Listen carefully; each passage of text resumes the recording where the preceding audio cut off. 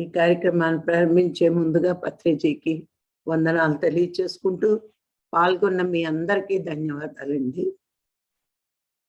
कार्यक्रम के शुरुआत करने से पहले परम गुरु पितामह पत्री जी को धन्यवाद देते हुए नमस्कार करते हुए इस सेशन में पधारे हुए सभी दिव्यात्माओं का हार्दिक स्वागत कर रहे हैं। మరి మనం ధ్యాన మార్గంలోకి వచ్చి రోజు ఎంతో కొంత జ్ఞానం నేర్చుకోవాలి। ध्यान मार्ग में आने के पश्चात प्रतिदिन कुछ न कुछ आध्यात्मिक ज्ञान को हमें प्राप्त करना है।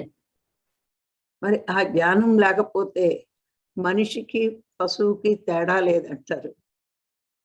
यदि ज्ञान प्राप्त नहीं करेंगे तो आदमी और इंसान में कोई फर्क नहीं होता है। మరి జ్ఞానం ఉన్నవాడు ఎదుగుతాడు,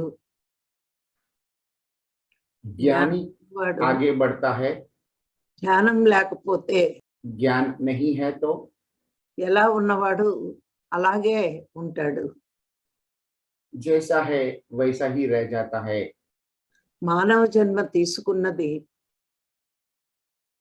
इंसान का जन्म భగవంతుడు ఎవరో తెలుసుకుని भगवान को जानने के लिए, తిరిగి జన్మ లేకుండా చేసుకోవడానికి, जन्म राहित्य जीवन प्राप्त करने के लिए।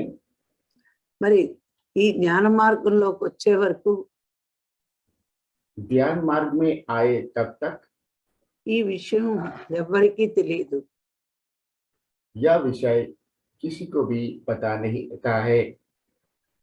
మనం పుట్టింది అనుభవించడానికి అనుకుంటాం, हमने यहाँ पे अनुभव करने के लिए जन्म लिया है ऐसा सोचते हैं। ఎంజాయ్ చేయడానికి అనుకుంటాం, एंजॉय करने के लिए यहाँ पे आए हैं ऐसा सोचते हैं। ఇప్పుడు ప్రపంచంలో 90% అలాగే ఉన్నారు। आधुनिक समय में दुनिया में 90% लोग इसी मान्यता में हैं। అందరికీ ఆత్మజ్ఞానం తెలియబడదు। यह सभी लोग आत्मज्ञान नहीं जानते हैं। అర్హత ఉన్న వాళ్ళకే తెలుసుకోబడతారు। जिनकी योग्यता होती है वे ही यह आत्मज्ञान जानते हैं। ఆ యోగ్యత ధ్యానం చేసే వాళ్ళకే ఉంది। और यह योग्यता ध्यान करने वाले को ही होती है। మనం ధ్యానం చేస్తున్నందుకు, हम ध्यान कर रहे हैं इसीलिए, మరి ఆ జ్ఞానం పొందుతున్నందుకు और ज्ञान भी प्राप्त कर रहे हैं इसलिए పరమాత్మకి గురువుకి परमात्मा और गुरु को ఎప్పుడు కృతజ్ఞత తెలపాలి। हमेशा कृतज्ञता व्यक्त करते रहना चाहिए। ఎందుకు అంటే ఈ మార్గంలోకి వచ్చి సత్యం తెలుసుకున్నందుకు। क्योंकि हम यह मार्ग तक पहुंचकर सत्य जान रहे हैं। సత్యం అంటే భగవంతుడే అని తెలుసుకున్నందుకు। सत्य का मतलब स्वयं भगवान है ऐसा हमने जान लिया है। ఈ మార్గంలోకి వచ్చే వరకు మనకి భగవంతుడు అంటే ఆత్మ అని తెలియదు। यह मार्ग में जब तक हम आए हैं उससे पहले आत्मा का मतलब भगवान है ऐसा हम नहीं जानते थे। ఎంతసేపు విగ్రహమే భగవంతుడని భ్రాంతిలో ఉన్నాం। मूर्ति ही भगवान है ऐसा भ्रम में थे। ఆ భ్రాంతిలోనే మనము రోజులు గడిపేశాము। इसी भ्रम में हम कई दिन बिता चुके हैं। అసలైన జ్ఞానం ఇప్పుడు పొందుతున్నాం మనం।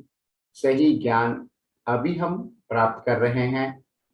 మరి ఈ జ్ఞానం మనం పుట్టిన దగ్గర నుంచి ఎన్ని రకాలుగా నేర్చుకుంటామో తెలుసుకుందాం। ఈ జ్ఞానం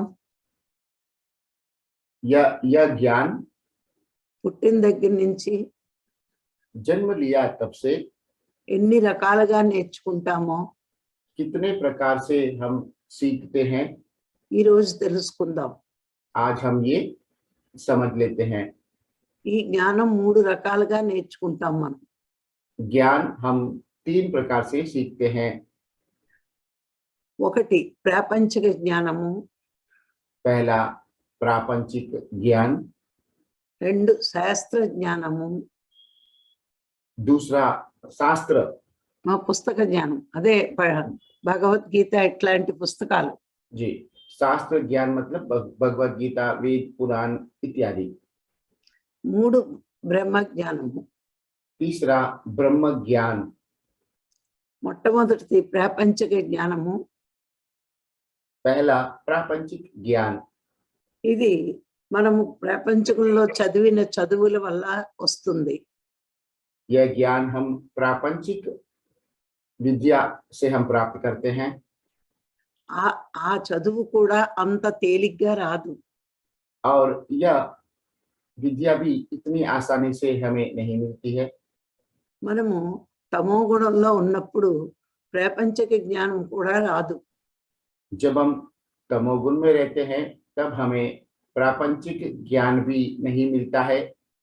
అందుకే మనము ప్రపంచంలో చూస్తే కొంతమందికి చదువు అస్సలు రాదు. इसलिए कुछ लोगों को प्रापंचिक दुनिया में देखते हैं तो कभी भी वो ठीक से पढ़ाई नहीं कर पाते हैं, వాడి బుద్ధి వికసించి ఉండదు. क्योंकि उनका बुद्धि विकास नहीं प्राप्त किया होता है।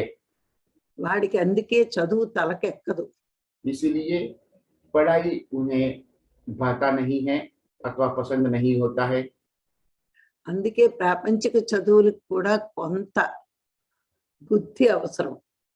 इसलिए प्रापंचिक विद्या के लिए भी थोड़ी बुद्धि की आवश्यकता होती है।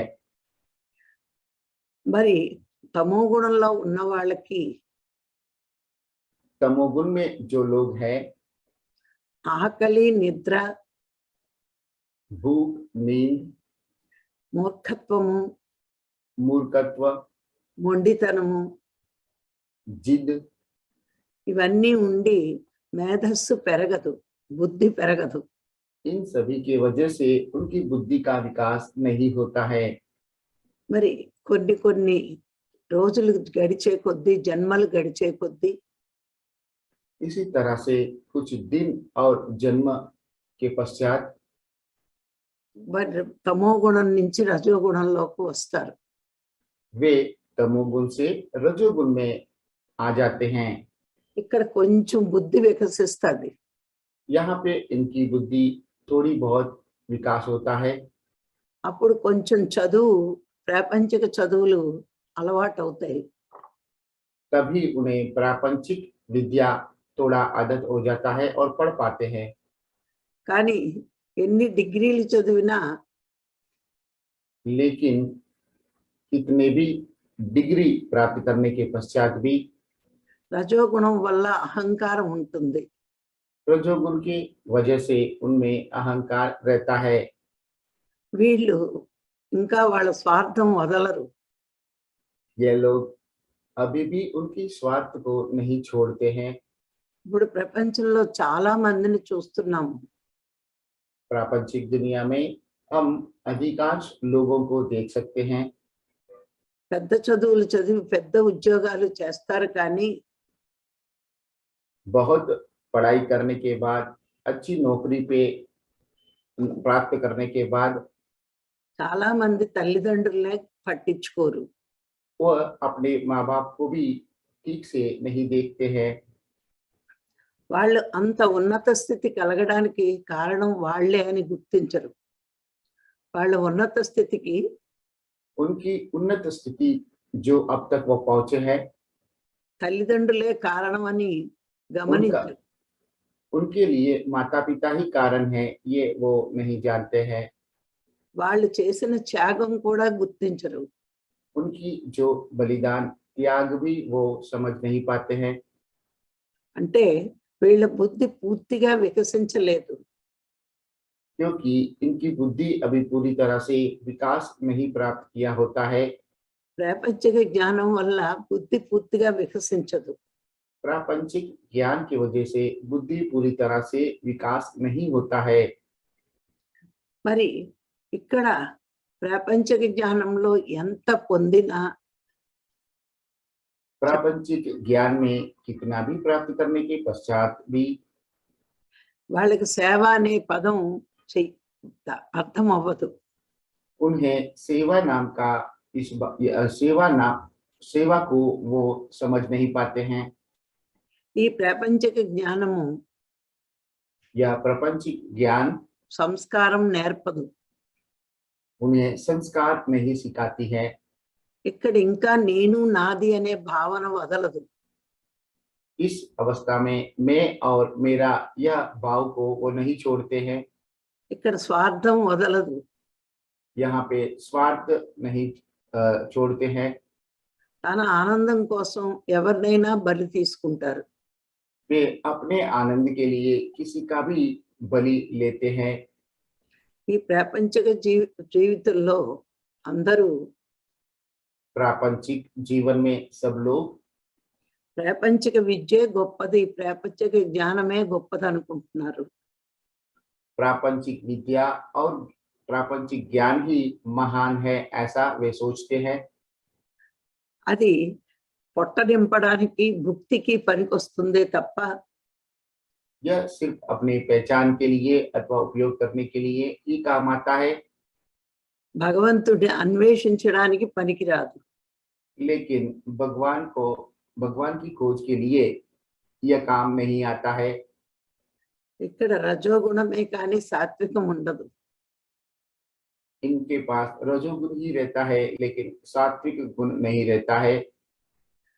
ప్రాపంచిక జీవితం అంతా కూడా అహంకారంతో గడిపేస్తారు. इस तरह से वह प्रापंचिक जीवन को अहंकार से वो बिता देते हैं। ఇక తర్వాతి శాస్త్ర జ్ఞానం. अब दूसरा शास्त्र ज्ञान। ఈ శాస్త్ర జ్ఞానము శాస్త్రాలని చదవడం వల్ల వస్తుంది. यह ज्ञान शास्त्रों की पढ़ाई करने से ये में मिलता है। ఇది పండితులు అంటారు. ఈ శాస్త్రాలను చదివిన వాళ్ళని పండితులు అంటారు.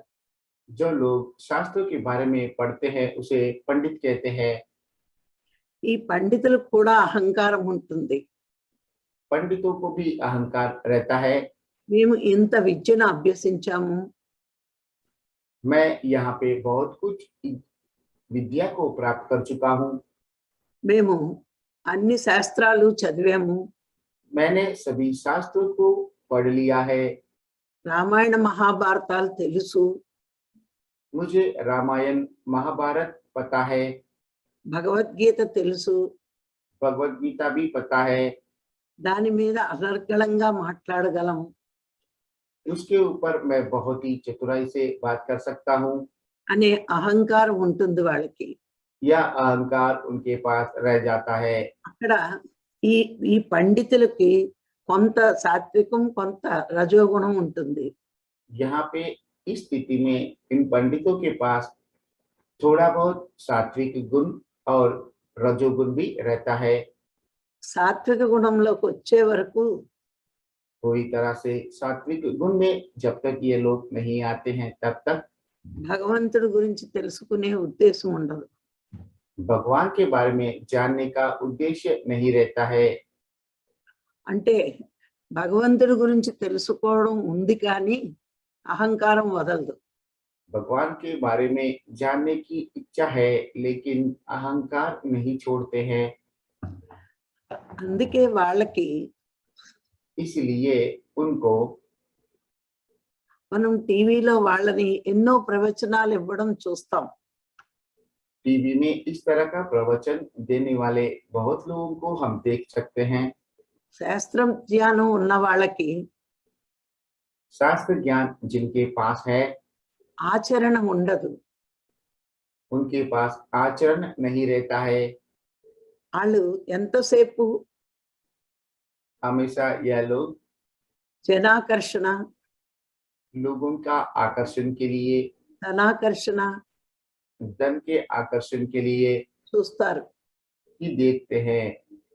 భగవంతుడు గురించి చెప్పగలరు కానీ भगवान के बारे में बता सकते हैं, लेकिन భగవంతుడు ఎవరో చెప్పలేరు. भगवान कौन है ये नहीं बता सकते हैं। అది పండితులకు అంతవరకే తెలుసు. पंडितों को यह बात इतना ही पता होता है। మరి ఇప్పుడు ప్రపంచమంతా వీళ్ళనే గౌరవంగా చూస్తోంది. लेकिन पूरी दुनिया इन्हीं लोगों को मान सम्मान देकर देखती है। ఈ ప్రాపంచిక జ్ఞానము, శాస్త్రజ్ఞానము మోక్షాన్ని ఇవ్వలేవు. प्रापंचिक ज्ञान और शास्त्र ज्ञान శాస్త్రజ్ఞానం. कभी हमें मुक्ति प्रदान नहीं करती है। మరి మూడోది బ్రహ్మ జ్ఞానం. तीसरा ब्रह्म ज्ञान। ఈ బ్రహ్మ జ్ఞానము యోగులే చెప్పగలరు. ब्रह्म ज्ञान के बारे में योगी ही बता सकता है, సద్గురువులే చెప్పగలరు. सद्गुरु ही बता सकते हैं। ఈ బ్రహ్మ జ్ఞానం అంటే ब्रह्म ज्ञान का मतलब భగవంతుడెవరు, भगवान कौन है, ఎక్కడుంటాడు, कहाँ रहते हैं, ఏం చేస్తుంటాడు, क्या करते हैं, ఇవన్నీ కూడా మనకి తెలిపేదే బ్రహ్మ జ్ఞానం. यह सब बताने वाला ही ब्रह्म ज्ञान है। అందుకే బ్రహ్మ జ్ఞానం నేర్చుకుంటేనే మోక్షం. इसलिए ब्रह्म ज्ञान सीखते हैं, जानते हैं, प्राप्त करते हैं, तभी हमें मुक्ति मिलता है। విగ్రహంలో దేవుణ్ణి చూసినప్పుడు मूर्ति में भगवान को देखते हैं तब మనలో గుణాలు మారవు, हम में गुणों में बदलाव नहीं आता है, మనలో అహంకారం పోదు. हमारा अहंकार नहीं जाता है। మరి సద్గురువు వల్ల लेकिन सद्गुरु के वजह से భగవంతుడెవరో తెలుసుకుని भगवान कौन है यह जानते हुए, ఆత్మే భగవంతుడని తెలుసుకొని आत्मा ही भगवान है यह जानते हुए, ఈ ఆత్మ అన్ని జీవులలో ఉందని తెలుసుకొని और यह आत्मा सभी जीवों में है यह जानकर అప్పుడు మనలో అహంకారం తగ్గడం మొదలెడుతుంది. तब से ही हम में जो अहंकार मौजूद है वो कम होने लगता है। ఈ సమస్త జీవులు समस्त जीवों में ఆ భగవంతుడి ప్రతిరూపాలే भगवान के प्रतिरूप है ऐसा అని తెలుసుకున్నప్పుడు जानते हैं तब మనలో అహంకారం పోతుంది. हमारा अहंकार चला जाता है। లేకపోతే మనము नहीं तो हम వాళ్ళు తక్కువ నేను ఎక్కువ అనుకుంటాం. वे कम और हम ज्यादा ऐसा भाव में रहते हैं ఈ భావనలో ఉంటాం. और इसी भाव में रह जाते हैं। ఎప్పుడైతే ఆత్మజ్ఞానం బ్రహ్మజ్ఞానం నేర్చుకుంటామో जब हम आत्मज्ञान और ब्रह्म ज्ञान सीखते हैं, ఈ సృష్టి అంతా భగవంతునిదే, यह पूरी सृष्टि भगवान का ही है, అది మనకి అనుభవించడానికే ఇవ్వబడింది. और इसे हम अनुभव करने के लिए ही प्राप्त कर चुके हैं। మనదంటూ ఏదీ లేదు. हमारा कुछ भी नहीं है, అందుకే మనము చనిపోయినప్పుడు इसीलिए मृत्यु के पश्चात ఏదీ పట్టుకెళ్ళలేము. कुछ भी नहीं ले जा सकते हैं। ఇది అర్థమైనప్పుడు यह बात हम जब जानते हैं, మనకి అహంకారం ఉండదు. हम में अहंकार नहीं रहता है। ఈ ఈ విషయము यह विषय గురువు వచ్చే వరకు మనకు తెలియదు. गुरु के आने तक हमें पता नहीं रहता है। ఆ గురువు వచ్చినా गुरु आने के बाद भी గురువిచ్చిన ధ్యానం సాధన गुरु जो ध्यान साधना दिया है, అది సరిగ్గా చెయ్యకపోతే यदि उसे ठीक से नहीं करेंगे तो మనకి ఈ విషయాలేమీ అర్థం కావు. हमें यह सभी बातें समझ में नहीं आती है। మనం శరీరము మనసు దాటి हम शरीर और मन को पार करते हुए ఆత్మస్థితికి చేరుకొని आत्म स्थिति को प्राप्त करते हुए ఆత్మ అంటే ఏంటో తెలుసుకుని आत्मा के बारे में जानते हुए ఈ సాధన వల్ల అనుభవం నేర్చుకోవాలి. साधना के द्वारा अनुभव सीखना है। ఏ అనుభవం అంటే या अनुभव, అందరూ ఒక్కటే सभी लोग एक है, ऐसा ఆ అనుభవం రావాలి. अनुभव आना चाहिए। ఈ అనుభవం यह अनुभव శ్వాస మీద ధ్యాస పెడితేనే श्वास के ऊपर ध्यान केंद्रित करने से ही వస్తుంది. आता है।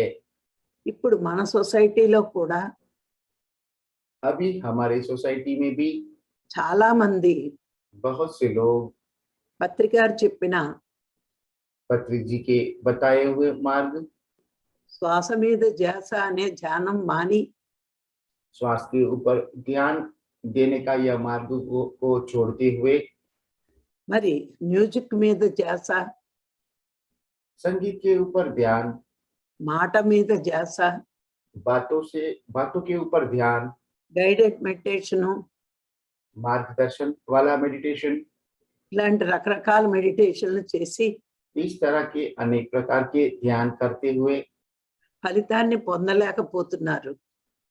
जो फल प्राप्त करना है वो प्राप्त नहीं कर पा रहे हैं। ఎందుకంటే గురువు ఏం చెప్పాడో అది చెయ్యాలి. क्योंकि गुरु ने जो बताया उसे वही हमें करना चाहिए। ఈ కలియుగంలో इस कलयुग में గురువు మాటల మీదే గౌరవం లేకుండా చేస్తున్నారు. गुरु के बातों के ऊपर गौरव नहीं रहता है, ऐसा वो कर रहे हैं।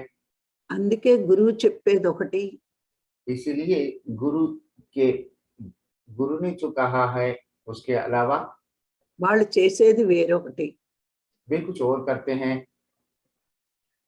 వాళ్ళకి ఎలా ఎలా ధ్యానం వస్తుంది? तो इस परिस्थिति में ज्ञान कैसे प्राप्त करेंगे? మరి గురువు చెప్పిన సాధన చేసినప్పుడు మాత్రమే गुरु के द्वारा बताया हुआ साधना करने से ही ఫలితం వస్తుంది. फल प्राप्त होता है। కొంతమంది ఇంకొంతమంది और कुछ लोग మరి పగలంతా ఖాళీగా వ్యర్థంగా గడిపి पूरा दिन व्यर्थ रूप से बिताते हुए రాత్రంతా ధ్యానం చేస్తాము అంటారు. रात भर हम ध्यान कर रहे हैं, ऐसा बोलते हैं। దీన్ని గుడాకేశ ధ్యానం అని కొత్త పేరు పెట్టుకున్నారు. और इसी को ही गुड़ाकेशा नाम देकर यह नया ध्यान पद्धति बताते। ఇప్పుడు ఆంధ్రాలో నుంచి నార్త్ కూడా పాకుతోంది ఇది. यही ध्यान अभी आंध्रा से बढ़कर पूरी नॉर्थ इंडिया में भी फैल रहा है। ఎందుకంటే పగలు అలసిపోయి क्योंकि ये लोग दिन में थक जाते हैं, మరి రాత్రి కూర్చుంటే నిద్ర వస్తుంది కానీ ధ్యానం అవ్వదు. तो रात को बैठने से उन्हें नींद आता है लेकिन ध्यान नहीं होता है। ఏదైనా అత్యవసరం పని ఉంటేనే రాత్రి మేలుకోగలం. कुछ भी अति आवश्यक काम होने पर ही हम रात को जागते हैं। ఇప్పుడు మన చిన్నప్పుడు పరీక్షల టైంలో बचपन में हम परीक्षा के समय पर రాత్రి అంతా కూర్చుని చదివేవాళ్ళమే. हम पूरी रात बैठकर पढ़ने वाले थे। అప్పుడు पढ़ते మనకి पढ़ते थे तभी हम సాధించాలని పట్టుదలతో చదివేవాళ్ళమే. कुछ करके दिखाने का ऐसा मनोबल से ही पढ़ते थे। మరి అర్జునుడు కూడా సాధించాలని యుద్ధం టైంలో రాత్రి నిద్ర మాని ప్రయత్నించాడు. इसी तरह से अर्जुन भी युद्ध में जीतने के लिए पूरी रात भर प्रयत्न करता रहा। అంతేకాని జన్మంతా నిద్ర లేకుండా గడపలేదు. इतना ही है, लेकिन वो पूरी जीवन नींद के बिना नहीं बिताया है। అందుకే పగలు చేయవలసిన టైంలో ధ్యానం చేస్తే इसलिए दिन में भी जो समय ध्यान के लिए होता है उस समय ध्यान करने से రాత్రి మేలుకుని చెయ్యక్కర్లేదు. रात को जागते हुए करने की आवश्यकता नहीं है। పత్రి సార్ ఎప్పుడూ చెప్పలేదు ఇలాగా. पत्री जी ने कभी भी यह बात नहीं बताया है। పత్రి గారు చెప్పింది ఒకటి, మనం చేస్తున్నది ఒకటి. पत्री जी जो बताए वो अलग है और ये लोग कर रहे हैं वो अलग है। మరి ఇలా రకరకాలు చేస్తే జ్ఞానం ఎలా వస్తుంది? तो इस तरह से अनेक प्रकार की विधि विधान से ज्ञान कैसे प्राप्त होगा। అందుకే గురువు చెప్పిందే చెయ్యాలి. इसीलिए गुरु जो बोलते हैं वही करना है, అప్పుడు ఈ ఆత్మజ్ఞానం బ్రహ్మజ్ఞానం వస్తుంది. तभी आत्मज्ञान और ब्रह्म ज्ञान मिलता है। ఇది పొందాక इसे पाने के बाद में అనుభవంలోకి తెచ్చుకోవాలి. अनुभव में लाना है, ఎందుకంటే ప్రాపంచిక జ్ఞానంలో శాస్త్ర జ్ఞానంలో అనుభవం ఉండదు. क्योंकि प्रापंचिक ज्ञान शास्त्र ज्ञान में अनुभव नहीं रहता है। మనం ధ్యానం చేస్తాం కాబట్టి हम ध्यान करते हैं इसीलिए మనకి అనుభవం ఉంటుంది. हमारे पास अनुभव रहता है। అనుభవం ఉంది కాబట్టి అందరినీ ప్రేమించగలుగుతాం. अनुभव है इसीलिए सभी लोगों को प्रेम कर सकते हैं। సృష్టిలో అందరూ భగవంతుల్లా కనిపిస్తారు మనకి. इसीलिए सृष्टि के सभी लोग हमें भगवान जैसे दिखते हैं। మనకి భగవంతుడంటే అంతటా ఉన్నాడు అని తెలుసు. हमें भगवान सभी जगह पर मौजूद है यह हम जानते हैं। మరి అలా తెలుసుకున్న వాడే సరి అయిన ప్రవర్తన ఉంటుంది. यह बात जो लोग जानते हैं उनका ही वर्ताव सही रहता है। అక్కడ అంతటా ఉన్నవాడు सभी जगह पे जो व्याप्त हो चुका है, నేనేం చేసినా భగవంతుడికి తెలుస్తుంది. मैं कुछ भी करता हूँ तो वो जानते हैं। మరి అందుకే జాగ్రత్తగా ప్రవర్తిస్తాడు. इसीलिए वो ध्यान पूर्वक अपना व्यवहार करता है। మరి దీనికి ఒక చిన్న ఉదాహరణ చెప్తానే. इसके लिए हमें एक छोटा सा उदाहरण के रूप में कहानी बता रहे हैं। ఉదాహరణ చెప్తే బాగా అర్థమవుతుంది. जी, उदाहरण से जब बताते हैं तो बात हमें गहराई पूर्वक समझ में आती है। ఒక రాజ్యంలో ఒక రాజుగారికి एक राज्य में एक राजा को చిన్న అనుమానం వచ్చింది. एक छोटा डाउट आता है, భగవంతుడు ఎవరు, भगवान कौन है, ఎక్కడ ఉంటాడు, कहाँ रहते हैं, ఏం చేస్తుంటాడు. क्या करते हैं। ఈ 3 క్వశ్చన్లు రాజుగారికి వచ్చాయి. यह तीनों सवाल राजा के पास होते हैं। ఒక రోజు మంత్రి గారిని పిలిచి एक दिन मंत्री को बुलाकर ఈ 3 క్వశ్చన్లు అడిగారట. उनसे यह तीनों सवाल पूछते हैं। మరి ఆ రాజుగారు మంత్రి గారికి ఏం చెప్పారంటే, రాజుగారు మంత్రి గారిని అడిగి राजा को मंत्री ने पूछकर వారం రోజుల్లో एक सप्ताह में నాకు జవాబు చెప్పాలి, मुझे जवाब देना है, లేకపోతే नहीं तो నీకు ఉరి శిక్ష అన్నారు. आपको फांसी की सजा दिया जाएगा। మంత్రి గారికి ఆ క్వశ్చన్లకు ఆన్సర్ తెలియట్లేదు. लेकिन यहाँ पे मंत्री को इन सवालों का जवाब नहीं पता होता है చాలా బెంగగా ఉన్నాడు. और बहुत ही चिंतित थे, ఎందుకంటే వారం రోజుల్లో ఆన్సర్ చెప్పకపోతే क्योंकि एक सप्ताह में यदि उसका जवाब नहीं दे पाएंगे तो ఆయన తలకాయ లేచిపోద్ది. उनका सर काट दिया जाएगा। ఉమ్. మరి ఆ విచారం చూసి మంత్రి గారి సేవకుడు అడిగాడు, यह विचार करते हुए मंत्री को एक बार एक सेवक पूछते हैं, ఎందుకు అలా ఉన్నారు అని. आप क्यों इतनी चिंता के मुद्र में हो। అప్పుడు మంత్రి గారు ఈ 3 క్వశ్చన్లు సర్వెంట్కి చెప్పాడు. तभी मंत्री ने उस सेवक को यह 3 सवालों के बारे में बताया। ఓ సింతేనా, ఈ క్వశ్చన్లకు నేను చెప్తాను అన్నాడు. तभी वो सेवक ने कहा, अरे ये तो कुछ भी नहीं है, इनका जवाब मैं स्वयं ही दे देता हूँ। మీరు రాజుగారి దగ్గరికి వెళ్ళి आप राजा के पास जाकर ఈ క్వశ్చన్లకు నేనెందుకు, इन सवालों का जवाब मेरे पास क्यों, నా సర్వెంట్ చెప్తాడు అని చెప్పండి या तो मेरा सेवक ही देगा ऐसा आप बता दीजिए, అని చెప్తాడు. ऐसा वो बोलते हैं। మన్నాడు కొలువులోకి दूसरे दिन ఆ సర్వెంట్ సభలోకి వస్తాడు. वो सेवक सभा में आता है। అప్పుడు రాజుగారు అడుగుతారు, तभी राजा उन्हें पूछते हैं, భగవంతుడు ఎక్కడ ఉంటాడు, भगवान कहाँ रहते हैं, ఏం చేస్తాడు, क्या करते हैं, ఎవరిని పాలిస్తాడు, किनका पालन करते हैं।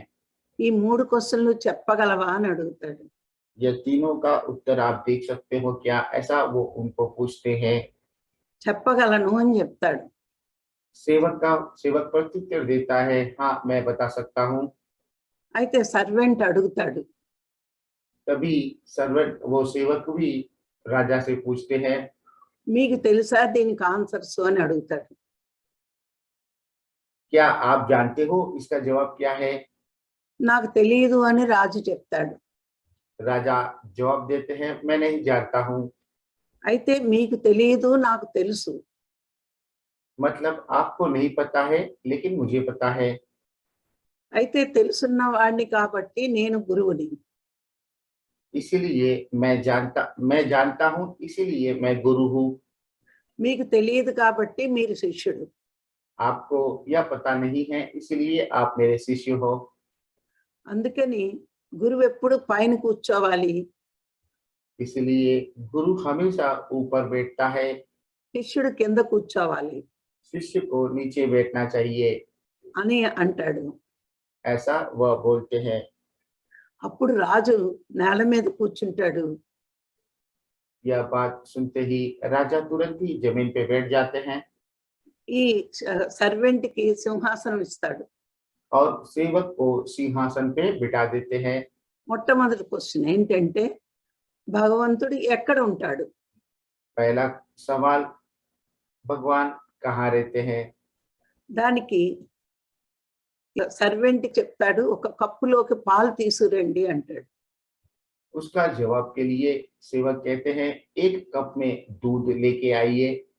ఇందులో నెయ్యి ఉందా అని అడుగుతాడు. और पूछते हैं, इस दूध में घी है क्या। అంటే ఉంది అంటాడు రాజు.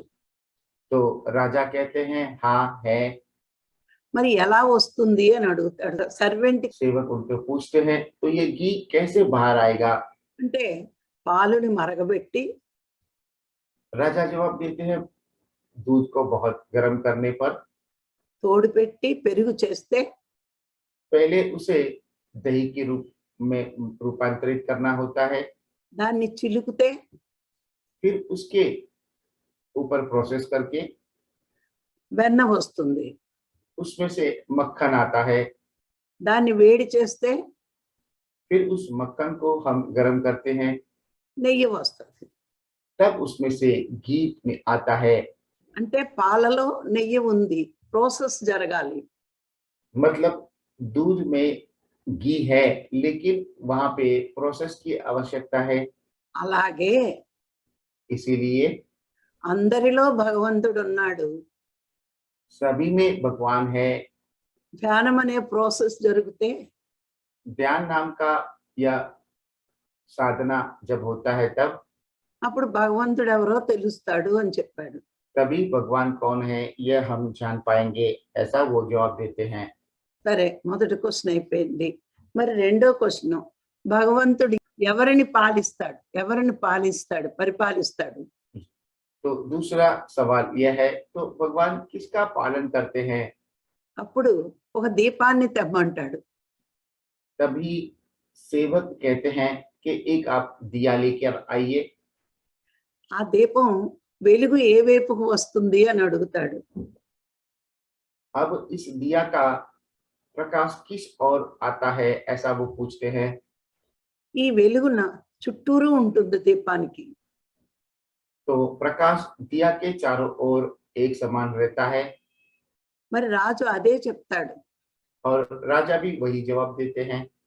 అప్పుడు ఈ సర్వెంట్ చెప్తాడు, ఇప్పుడు దీపం వెలుగు 4 వైపులకి ఎలా వస్తుందో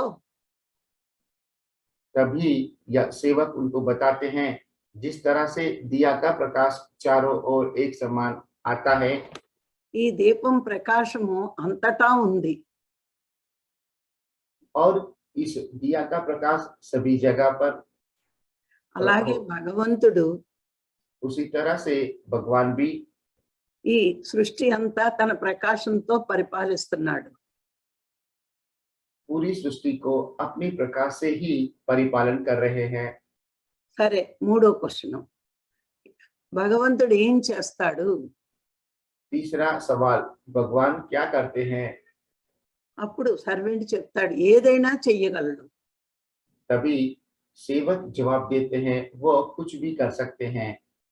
మరి రాజుని సర్వెంట్లా నేల మీద కూర్చోబెట్టగలడు. वे राजा को सेवक की भांति जमीन पे भी बिठा सकते हैं। సేవకుణ్ణి రాజులాగా సింహాసనం మీద కూర్చోబెట్టగలడు. सेवक को राजा की जैसे सिंहासन पे भी बिठा सकते हैं। ఏదైనా చేయగలడు భగవంతుడు. भगवान कुछ भी कर सकते हैं। మరి ఇప్పుడు ఈ క్షణంలో మీరు కింద ఉన్నారు, నేను పైన ఉన్నాను. यह क्षण में आप नीचे बैठे हो और मैं ऊपर बैठा हूँ। భగవంతుడు ఏ క్షణంలో ఏం చేస్తాడో ఎవరికీ తెలియదు. भगवान कौन से क्षण में क्या करते हैं यह कोई नहीं जानते हैं। అని రాజుని ఇప్పుడు అర్థమైందా అని అడుగుతాడు. यह बात राजा को अभी समझ में आया क्या, ऐसा सेवक सवाल करते हैं। అప్పుడు రాజు చెప్తాడు, నాకు చాలా బాగా అర్థమైంది. तभी राजा जवाब देते हैं, हाँ मैं पूरी तरह से समझ चुका हूँ। మొదటి క్వశ్చన్, భగవంతుడు ఎక్కడ ఉంటాడు అంటే, पहला सवाल, भगवान कहाँ रहते हैं, उसका जवाब అంతటా ఉంటాడు, అన్నిటా ఉంటాడు. सब में रहते हैं, పాలలో నెయ్యిలా. हर जगह रहते हैं, दूध में घी की तरह। మరి ఎవరిని పాలిస్తాడు అంటే అందరినీ పరిపాలిస్తాడు.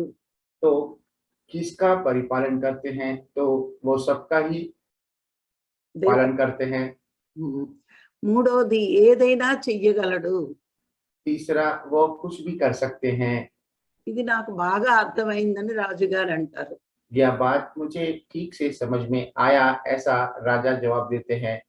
దీన్ని బట్టి మనకి ఆత్మజ్ఞానం బ్రహ్మజ్ఞానం వస్తే इसी से हमें आत्मज्ञान और ब्रह्म ज्ञान आता है।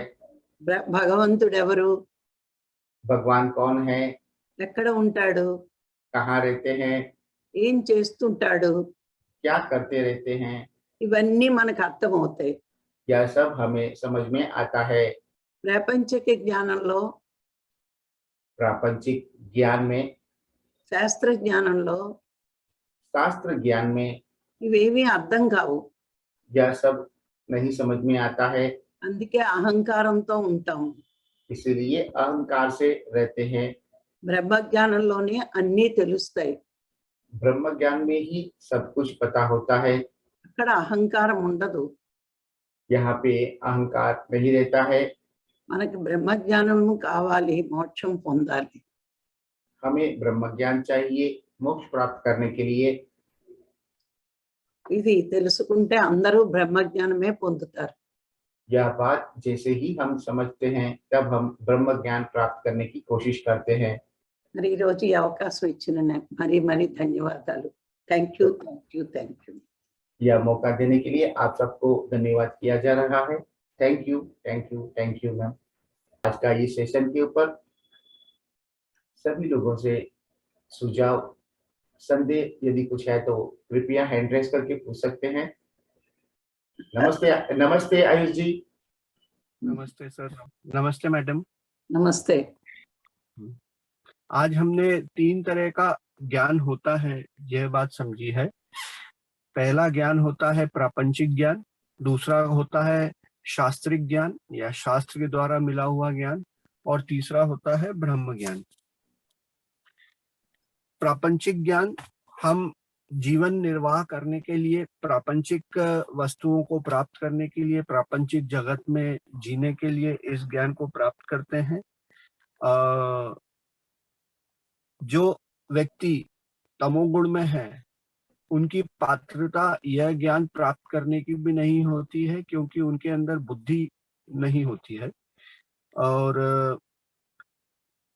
कुछ जन्म लेने के बाद ये लोग जो तमोगुण में थे वे रजोगुण की तरफ बढ़ते हैं, तब वो धीमे धीमे ज्ञान प्राप्त करने के ज्ञान प्राप्त करना शुरू करते हैं। परंतु जैसे जैसे ये ज्ञान प्राप्त करते हैं रजोगुण में आकर, इनके अंदर अहंकार व्याप्त होने लगता है। उनको लगता है मुझे सब आता है। वे अपने जीवन में केवल स्वार्थी बनकर ही रह जाते हैं।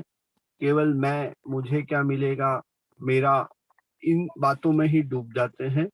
उनके माँ बाप का भी इस स्थिति तक आने के लिए क्या सहयोग था, इस बात को भी वह भूल जाते हैं।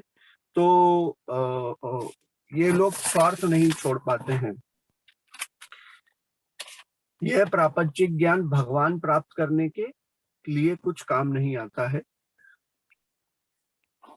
ऐसे लोग तमोगुण से रजोगुण तक पहुंच पाते हैं, परंतु सद्गुण तक नहीं आ पाते हैं। जब थोड़ी उन्नत स्थिति होती है तब शास्त्रों का ज्ञान मिलता है। शास्त्रों का ज्ञान शास्त्रों की पढ़ाई करने से ही मिलता है, परंतु शास्त्र ज्ञान लेते लेते भी एक मन में अहंकार आ जाता है कि मुझे शास्त्रों का पूरा ज्ञान है, मुझे सब कुछ आता है, अब मुझे और कुछ ज्ञान प्राप्त करने की कोई आवश्यकता नहीं है। हमारे आसपास हम टीवी चैनलों पे काफी पंडितों को देखते हैं जो शास्त्रार्थ करते हैं, जो प्रवचन देते हैं। उनके अंदर शास्त्रों का ज्ञान तो होता है, परंतु बहुत सा अहंकार भी अभी होता है। इन लोगों में रजोगुण, कुछ मात्रा में रजोगुण और कुछ मात्रा में सद्गुण व्याप्त होता है। ऐसे लोग भी अभी मोह माया के जाल में फंसे होते हैं। धन, आकर्षण, फेम, इन सब चीजों में उलझे रहते हैं। ये शास्त्रों के द्वारा रटा हुआ ज्ञान के द्वारा बता पाते हैं कि भगवान कौन है, परंतु इनका स्वयं का भगवान का कुछ अनुभव नहीं होता है। इससे उन्नत स्थिति में जब व्यक्ति जाता है तब वह ब्रह्म ज्ञान को प्राप्त करता है।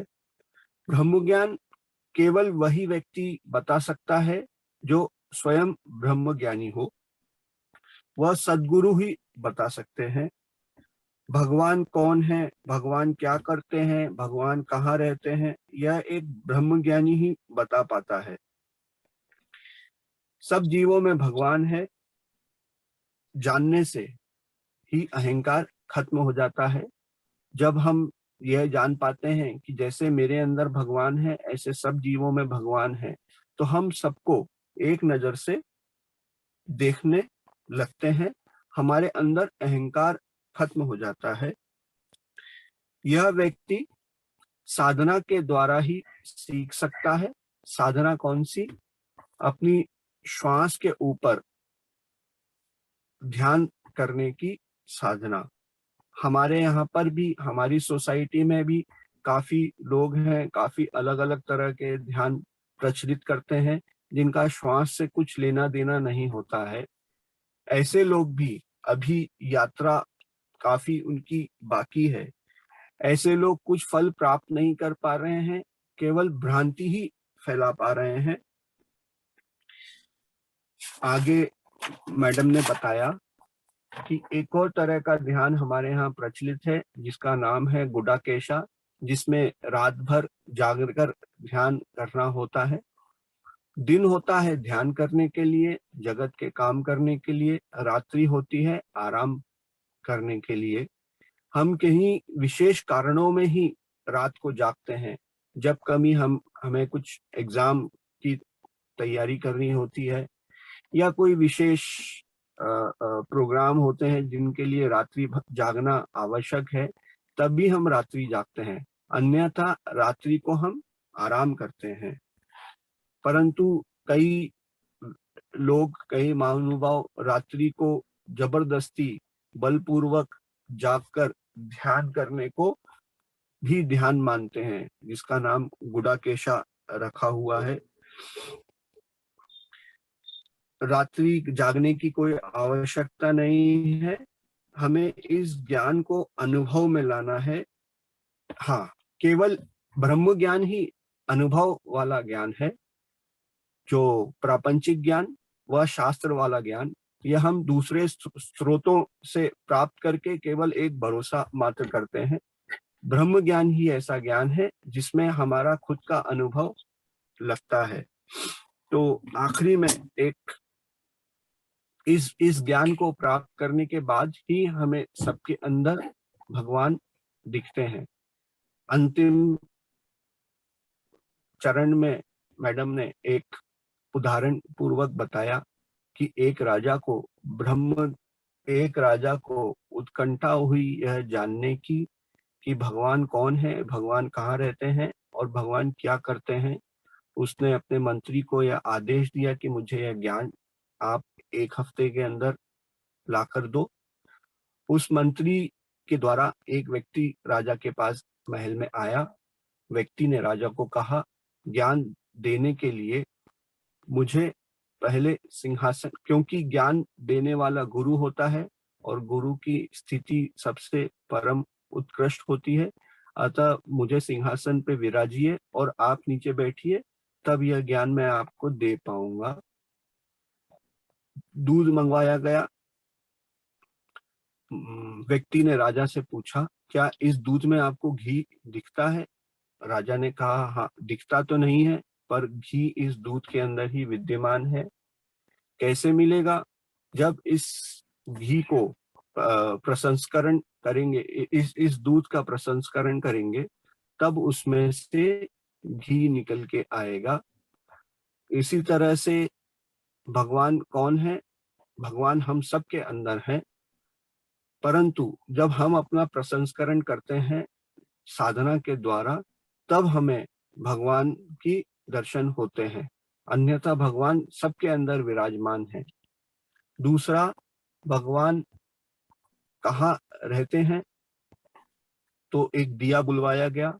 जैसे दिए का प्रकाश सारे जगत में एक तरफ एक समान फैलता है, इस तरह से भगवान का प्रकाश भी सब तरफ एक सा फैलता है। आखिरी में भगवान क्या करते हैं? भगवान कुछ भी कर सकते हैं। जैसे एक पल में मैं इस सिंहासन पर विराजमान हो गया, आप जमीन पे आ गए, उसी तरह से भगवान किसी भी पल एक राजा को रंक और एक रंक को राजा बना सकते हैं। आखिरी में खत्म करते हुए हमने यह समझा कि हमें मोक्ष प्राप्त करने के लिए ब्रह्म ज्ञान प्राप्त करने की ही आवश्यकता है। धन्यवाद। Thank you sir. Thank you Ayush ji, आपने A to Z सब वर्ड टू वर्ड आपने रिपीट किया, पूरा पुनरावर्तन किया। धन्यवाद आपको। Thank you sir. नमस्ते गीता जी, अनम्यूट कीजिए अपने आप को। नमस्ते। नमस्ते। राजलक्ष्मी मैडम नमस्ते। कोटि कोटि वंदन। चिरंजीवी सर नमस्ते। आयुष गुंडिया जी को भी नमस्ते कहती हूँ, क्योंकि बहुत अच्छी तरह से वो मुझसे पहले सब कुछ बता देते हैं। कोई बात नहीं, मैं उनसे हिंदी सीख रही हूँ। उनका हिंदी इतना अच्छा है, इतना अच्छा है। कुछ कुछ वर्ड्स में लिख के लेती हूँ। मैं मुंबई का हिंदी है, मेरा मुंबई का हिंदी है, लेकिन आयुष गोडिया को एमपी का हिंदी तो एकदम शुद्ध हिंदी होते हैं। तो आयुष गोडिया जी को भी उनसे मैं हिंदी सीख लेती हूँ। मैडम, आपका आज का सेशन बहुत ही अच्छा रहा। मैं एकदम ब्रीफ में बता देती हूँ। प्रापंचिक ज्ञान, आप आज 3 ज्ञान के बारे में बताए। प्रापंचिक ज्ञान, देन शास्त्र ज्ञान और ब्रह्म ज्ञान। प्रापंचिक ज्ञान, जो कोई प्रापंचिक ज्ञान में है, प्रापंचिक विद्या पाने के लिए वो जल्दी नहीं मिलते हैं, क्योंकि उन लोग तमोगुण और रजोगुण में ही है और उनके अंदर अहंकार होता है, तो इसलिए उन्हें ठीक तरह से ज्ञान नहीं मिलते। बहुत पढ़े लिखे होते हैं, अच्छी लाइफ में प्लेसमेंट भी हो जाते हैं, उनके लाइफ अच्छे जॉब मिल जाते हैं, लेकिन वो क्रेडिट किसी को भी नहीं देते हैं। अहंकार उनमें इतना भरा है कि वो किसी को भी क्रेडिट देने के लिए तैयार नहीं है। और बुद्धि का विकसित यही है, बुद्धि का विकसित नहीं हो गया है। हम जब तक विनम्र नहीं रहते हैं, बुद्धि का विकसित नहीं हुआ मालूम पड़ता है। तो संस्कार भी नहीं जानते हैं उन लोग, क्योंकि उन लोग आई अहम ये एटीट्यूड में है। प्रापंचिक जीवन में होने वाले तमोगुण रजोगुण में है, दैट इज आई एटीट्यूड, मैं समथिंग, आई एम ग्रेट, ये एटीट्यूड में है। फिर बाद में आपने बताया कि शास्त्र ज्ञान, शास्त्र ज्ञान पंडितों से मिलते हैं, बुक पढ़ के मिलते हैं, बट उनके पास भी अहंकार होता है, आपने बताया। वो भी थोड़ा थोड़ा सात्विक गुण और रजोगुण में है। They don't talk about much of God, क्योंकि उसमें इतना अपने ज्ञान के घमंड भर देते हैं, तो ज्ञान मार्ग हमें ठीक तरह से बताते नहीं है। उनको पॉपुलैरिटी चाहिए, कहाँ जाके प्रवचन करना है। आप जैसे कहते हैं मनुष्य को खींचना है, पीपल को खींचना है, क्राउड खींचना है, उनको पॉपुलैरिटी चाहिए। पॉपुलैरिटी के द्वारा पैसा भी उनको बनाना है। बहुत अच्छी तरह से बताया मैडम ने। दे लैक, उनके पास पैसा चाहिए और जन आकर्षण है, and they follow, they are still in प्रापंचिक जीवन में ही है। शास्त्र ज्ञान पाके भी उन लोग प्रापंचिक जीवन में ही है। तमोगुण रजोगुण थोड़ा थोड़ा उनके पास ही है, पूर्णतः उनके पास ज्ञान नहीं आया है। आखिरी बार आपने बताया ब्रह्म ज्ञान, only a yogi can tell, सदगुरु ही बता सकते हैं। तो ब्रह्म ज्ञान पाने के लिए एक सदगुरु चाहिए। ओनली अ सदगुरु कैन लीड अस, हमें आगे ले सकता है ब्रह्म ज्ञान पाने के लिए। हम लोग खुश नसीब है, पत्री जी जैसे सदगुरु मिल गए हमें। हम लोग वेरी लकी है मैडम, और आप हम तक पहुंचाते हैं। हाँ, ब्रह्म ज्ञान के लिए ऐसा मैच्योरिटी होना चाहिए कि भगवान सभी में है, हम भी सभी में है। एक इम्पॉर्टेंट बात आपने बताया कि सभी जीवों में हम है, तभी हम भगवान के नियर जा सकते हैं, उनके क्लोज जा सकते हैं, और हम ही भगवान का प्रतिरूप है। ये आपने बताया मैडम।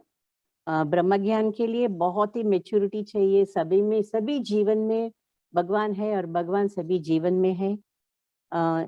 आत्मज्ञान, ब्रह्म ज्ञान पूरी सृष्टि में भरा है, हमारा कुछ भी नहीं है। जब व्हेन वी थिंक दैट मेरे पास कुछ नहीं है, मैं कुछ नहीं हूँ, भगवान ही सब कुछ है, तब तक हमें आत्मज्ञान और ब्रह्म ज्ञान नहीं पा सकते हैं। और ये सब हमें कौन बताते हैं? एक गुरु ही बताते हैं। ये ब्रह्म ज्ञान और आत्मा ज्ञान हमें गुरु ही बताते हैं, और हम लकी होना चाहिए, ब्लेस्ड होना चाहिए एक अच्छे गुरु पाने के लिए। सिर्फ ऐसे प्रवचन सुन के हमें मोक्ष नहीं मिलेगी। बहुत अच्छी तरह से बताया मैडम ने। Even now people don't follow पत्री जी, अभी भी लोग पत्री जी को ठीक तरह से समझे नहीं, उनके बताए हुए मार्ग पे नहीं चलते हैं। मैं कभी भी बहुत 2 बरस से देख के आई हूँ, पत्री जी एकदम सिंपल है, ज्यादा कुछ बताते नहीं, कहते हैं आनापानासति करो, ध्यान करो, ध्यान करो, ध्यान करो। ध्यान पाने के लिए, भगवान से परिचित होने के लिए, तो हमें टाइम वेस्ट नहीं करना चाहिए। डे टाइम में, रात को ध्यान नहीं करना चाहिए, सुबह उठ के ब्रह्म मुहूर्त में ही ध्यान करना चाहिए। बहुत अच्छी तरह से बताए। अर्जुन के बारे में जो गुड़ाकेशा उनको कहते हैं, उसके बारे में अभी बहुत प्रचलित है। गुड़ाकेशा मेरा व्हाट्सएप पे बहुत आता है, मैंने नहीं ज्वाइन किया अभी मालूम पड़ गया गुड़ाकेशा क्या है। हमें वहां तक नहीं जाना चाहिए। और आखिर में आपने एक स्टोरी बता के बताया, बहुत ही अच्छा मैडम। आप कभी भी स्टोरी बताते हैं। ఇంట్రెస్ట్ గా ఉంటానని చెప్తానని చెప్పు. हाँ, जीसस क्राइस्ट ने भी बाइबल बिब्लिकल स्टोरी कहते हैं ना, मनुष्य को समझाने के लिए स्टोरी ही बहुत ही अच्छी मीडियम है, तभी ही समझ जाते हैं। बहुत अच्छी तरह से आपने बताया। वेयर इज गॉड, दूध में ही मक्खन मिलते हैं, मक्खन से ही घी निकलते हैं, यानी कि सभी में भगवान है। हम सभी में है, बहुत अच्छी तरह से बताया। और दीपक लाने के लिए कहा था, सेवक ने राजा को नीचे बिठाया, राजा भी विनम्रता से वो ज्ञान पाने के लिए सेवक के ऊपर थ्रोन में बिठाया, सिंहासन में बिठाया। वो भी एक अच्छी बात है ना सर, मैडम, कि हाँ। अपने को ज्ञान मिलने के लिए he was ready to sit on the ground और उसको सिंहासन पे बिठाया। ज्ञान पाने के लिए हम कुछ भी करने के लिए तैयार रहना चाहिए। गुरु के पास जाने के लिए हम किसी लेवल के लिए भी विनम्र होकर तैयार होना चाहिए। ये भी बात मुझे बहुत अच्छा लगा कि the king was ready to be like a शिष्य और अपना गोल्डन थ्रोन उसको दे दिया। क्यों? ज्ञान पाने के लिए। Very nice madam. और भगवान कहाँ है, क्या काम करते हैं? बहुत काम करते हैं, भगवान देखते ही रहते हैं। शिरडी साईं बाबा भी कहते हैं ना, उनके सीरियल में देखती हूँ, तो कहते हैं भगवान तो राम तो व्यापी है, सब जगह व्यापी है, वो देखते रहते हैं, उसको सब मालूम है हम क्या सोचते हैं। तो अभी से मैं बहुत केयरफुल रहूंगी, गुस्सा नहीं करूंगी, किसी को निंदा नहीं करूंगी, क्योंकि भगवान देख के रहते हैं। और मैं पत्री जी का लेवल में अनापनाशति में आ गई हूँ। और पत्री जी का जो कुछ संदेश है आप और चक्रवर्ती सर, राघव सर हमें बताते हैं, तो हम बहुत केयरफुल रहना चाहिए, क्योंकि हमें आत्मज्ञान प्राप्त करना है। मैडम, बहुत अच्छा लगा आज का स्टोरी से, आपने इतना अच्छे तरह से बताई। Thank you, thank you, thank you madam, thank you. धन्यवाद गीता जी। नमस्ते प्रिया जी। सर, मैडम नमस्ते। नमस्ते। बहुत बहुत आत्मवंदन, प्रणाम पितामह पत्री जी एंड हमारे राघव सर, चिरंजीवी सर, आपको भी नमस्कार। आयुष सर, मैं जब ये सेशन जैसे खत्म होता है तो मैं पहले तो तैयार रहती हूँ अपने आप को कि मुझे आयुष सर से कुछ सुनना है, बिकॉज वो हिंदी में लिखते हैं तो अच्छा है हमारे लिए। एक्चुअली सर क्या हो रहा है, तो सुबह ना एक्चुअली अभी आजकल क्या अभी मतलब लास्ट वीक से अभी मेरे बच्चे का स्कूल रहता है, तो उसको 6:30 बजे का एकदम रेडी करना पड़ता है। तो मैं सुबह उठती हूँ और 1 घंटे बैठती हूँ, 1.5 घंटे, इसके बाद उठ के फिर अपने काम करने लग जाती हूँ। पर लास्ट में ये जो सेशन होता है अम्मा का बताने के लिए और सर का, वो मैं जरूर सुनती हूँ, लिख नहीं पाती हूँ, लेकिन जब आयुष सर बोल रहे होते हैं तब मैं लिखना शुरू करती हूँ। तो वो मुझे मतलब ऐसा होता है कि चलो वो मैं लिख पा रही हूँ करके, और उसके पहले सर मैं लिख नहीं पाई थी। मैम, तो मैं रिक्वेस्ट भी करूंगी अगर पॉसिबल होगा कि किसी के पास वो 24 डेज के अगर हिंदी का लिख के होगा किसी के पास, तो प्लीज व्हाट्सएप पे पास ऑन कर सकते हैं क्या? మేడం, ఆమె ధ్యానం చేసిన తర్వాత రొటీన్ వర్క్ లో ఉంటూ ఈ స్పీచ్ వింటున్నారట. మరి ఎప్పుడైతే స్పీచ్ అయిపోయిన తర్వాత సమరైజ్ అయినప్పుడు ఆయుష్ గారు దాన్ని వర్డ్ టు వర్డ్ ట్రాన్స్లేషన్ హిందీలో చెప్పినప్పుడు అప్పుడే ఆమె నోట్ చేసుకుంటూ ఉంటుంది. అయితే ఆ పని వల్ల నేను రాసుకోలేకపోతున్నాను, ఈ ప్రాసెస్ వల్ల నేను మళ్ళీ రాసుకునే అవకాశం నాకు దొరుకుతుంది. మరి లాస్ట్ 24 డేస్ నుండి ఇదే విధంగా జరుగుతుంది. మరి కొన్ని మిస్ అయ్యాయి, ఎవరైనా రాసుకుని నాకు రాసుకున్న వారు ఎవరైనా నాకు పాస్వర్డ్ చేస్తే నేను కూడా దాన్ని ఉపయోగించుకుంటానని చెప్తుంది. వాళ్ళని అడగాలి నువ్వు, Yes, ma'am. ఎందుకంటే ఇప్పుడు హిందీ వాళ్ళు రాసుకుంటున్నారు కదా, Yes, ma'am. వాళ్ళు ఏమన్నా ఇవ్వగలరేమో చూడాలి. जी प्रिया जी, हम जी। आयुष जी और गीता जी ये श्रद्धा पूर्वक लिख रहे हैं और भी मास्टर्स लिख रहे हैं। आप जी। उनका संपर्क कर सकते हो, आपस में आदान प्रदान कर सकते हो। जिनकी राइटिंग अच्छी लगती है, जिनकी भाषा समझने की जो क्षमता है, जरूर जो सर, वो उनसे आप कांटेक्ट करके आप एक दूसरे से आदान प्रदान कर सकते हो। जरूर सर। और मैम ने जो आज बताया ज्ञान के बारे में, प्रापंचिक ज्ञान, शास्त्र ज्ञान और ब्रह्म ज्ञान, ये हम बहुत अच्छे से आप सबसे डिटेल में सुन चुके हैं। तो ये है कि अभी जो हमें पितामह ने जो ज्ञान दिया है, जो ध्यान दिया है, उसे हमें कंटिन्यू करना है और हमें इस रास्ते पर अच्छे से चलना है। उसके लिए आप सबका धन्यवाद, सबका बहुत बहुत धन्यवाद। Thank you. Thank you sir. Thank you Priya ji. जी सर, जी sir. Yes Geeta ji. Madam, sir Chiranjeevi sir, आपका सभी 3 महीने के जो कुछ हम लोग सुन रहे हैं ना, तटवर्ती राघवराज सर और राजलक्ष्मी मैडम, ये सब यूट्यूब में मिल रहे हैं। मैं उसको बार बार सुनती हूँ। यूट्यूब में भी मिलते हैं, ऐसा नहीं कि मैं नहीं दूंगी, ऐसा नहीं, यूट्यूब में आते हैं सब। आप भी बेचते हैं ना जी, जी, यूट्यूब लिंक बेचते हैं ना, तो अभी भी सभी है, मैं कभी कभी सुनती हूँ। तो जी, उनके लिए ऐसा नहीं कि मैं नहीं शेयर करूंगी, ऐसा नहीं है, जी, मैं शेयर करूंगी, कभी भी वो फोन करेंगे तो मैं शेयर करूंगी, लेकिन पूरा का पूरा यूट्यूब लिंक में है उसको बताने के लिए। Yes ma'am, yes ma'am, thank you Geeta ji. Priya ji, Geeta ji का संदेश आपके लिए भी था। स्वयं गीता जी को भी जब कभी कभी हमारा सेशन आगे निकल जाता है तो वो पीछे वीडियो देख करके यूट्यूब में तटवर्ती स्पीचेस, ये यूट्यूब लिंक है, वहां पे आप जाकर के देखोगे तो आपको वो लिंक मिलेगा जहाँ पे हर दिन का सेशन रिकॉर्ड रहता है। वहां से आपको जब समय मिलता है तभी आप उनसे फिर से सुन सकते हो और फिर से लिख सकते हो। और इसका मतलब ये नहीं है कि आपको कोई नोट नहीं दे रहा है। आप गीता जी के कांटेक्ट में रहिए, आप आयुष जी के कांटेक्ट में रहिए, और मास्टर्स है यहाँ पे अनिल जी हैं, तो इनके भी कांटेक्ट में रहिए। तो आपको ये देते हैं तो लीजिए, अथवा आप वीडियो भी सुनते हुए भी लिख सकते हो। आपके पास सभी सुविधा है, आपको जैसा चाहिए वैसा आप कर सकते हो। धन्यवाद। तो अभी यह हिंदी सेशन को यहाँ पे हम समाप्त करते हैं। मिलते हैं कल सुबह के ब्रह्म मुहूर्त और गुरु जी के संदेश के लिए। तब तक आप सबसे रजा लेते हैं। धन्यवाद। Thank you, thank you, thank you. Thank you.